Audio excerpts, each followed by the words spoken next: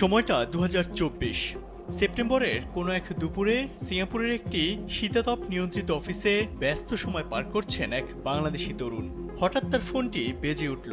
কলটি এসেছে নোবেল বিজয়ী ডক্টর মোহাম্মদ ইউনূসের নম্বর থেকে। রিসিভ করতেই ওপাশ থেকে বলে উঠলেন, আশিক, দেশের মানুষের সেবা করার সুযোগ পাওয়া গেছে, আসবা নাকি? ৫৯ সেকেন্ডের এক হোয়াটসঅ্যাপ কলে সিঙ্গাপুরের বিলাসী জীবন ছেড়ে ছুড়ে দেশের পথে রওনা দিল সেই বাংলাদেশি যুবক আশিক চৌধুরী। সময় কম, দায়িত্ব অনেক। দিতে হবে বাংলাদেশ বিনিয়োগ উন্নয়ন কর্তৃপক্ষের নেতৃত্ব, যাকে বলে বাংলাদেশের chief marketing officer.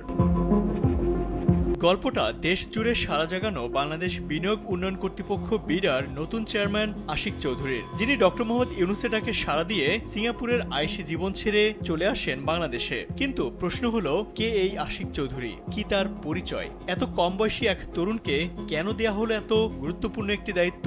Ashiq Chowdhury চাঁদপুরের সন্তান হলেও বাবার চাকরির সুবাদে তার বেড়ে ওঠা যশোরে। তিনি সিলেট ক্যাডেট কলেজ থেকে এসএসসি ও এইচএসসি সম্পন্ন করার পর ভর্তি হন ঢাকা বিশ্ববিদ্যালয়ের ব্যবসায় প্রশাসন ইনস্টিটিউট আইবিএতে। আশিক ২০০৭ সালে স্নাতক শেষ করেই দেশের একটি বেসরকারি আর্থিক প্রতিষ্ঠানে যোগ দেন, আর সেখানেই ছিলেন ২০২১ সাল পর্যন্ত। পরবর্তীতে উচ্চশিক্ষার জন্য যুক্তরাজ্যে পাড়ি জমান এবং সেখান থেকেই আন্তর্জাতিক ক্যারিয়ারে নতুন অধ্যায় শুরু হয় আশিক চৌধুরীর।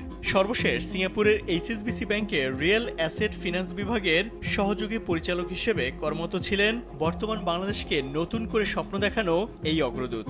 নিজের কর্মদক্ষতা, উপস্থাপনা শৈলী ও যোগ্যতার প্রমাণ দিয়ে আশিক চৌধুরী ইতোমধ্যে মানুষের মন জয় করেছেন। ঢাকায় হয়ে যাওয়া বিনিয়োগ সম্মেলনের উদ্বোধনী অনুষ্ঠানে তিনি একটি প্রেজেন্টেশন দিয়েছেন। তথ্যবহুল ও সাবলীল ভাষায় দেশের সম্ভাবনাময়ী খাতগুলো তুলে ধরার সেই ভিডিও ইতোমধ্যে সোশ্যাল মিডিয়ায় ভাইরাল হয়েছে। দেশে বিদেশি বিনিয়োগ নিয়ে আসতে এই তরুণের অদম্য চেষ্টা হৃদয় কেড়েছে নেটিজেনদের। বিডার দায়িত্ব নেওয়ার এক মাসের মাথায় আশিক চৌধুরী তার এক ফেসবুক পোস্টে লেখেন, গত এক মাস শুক্র শনিবার সহ দিনে ১৮ ঘন্টা কাজ করেও কুল পাচ্ছি না। প্রায় ২৫০ সিইও ব্যবসায়ীর সঙ্গে কথা বলে বোঝার চেষ্টা করেছি তাদের সমস্যাগুলো কোথায় আর কি করে তার সমাধান করতে পারি, নতুন ইনভেস্টমেন্ট কিভাবে আনতে পারি। চেষ্টা চলছে, ফেল করা যাবে না।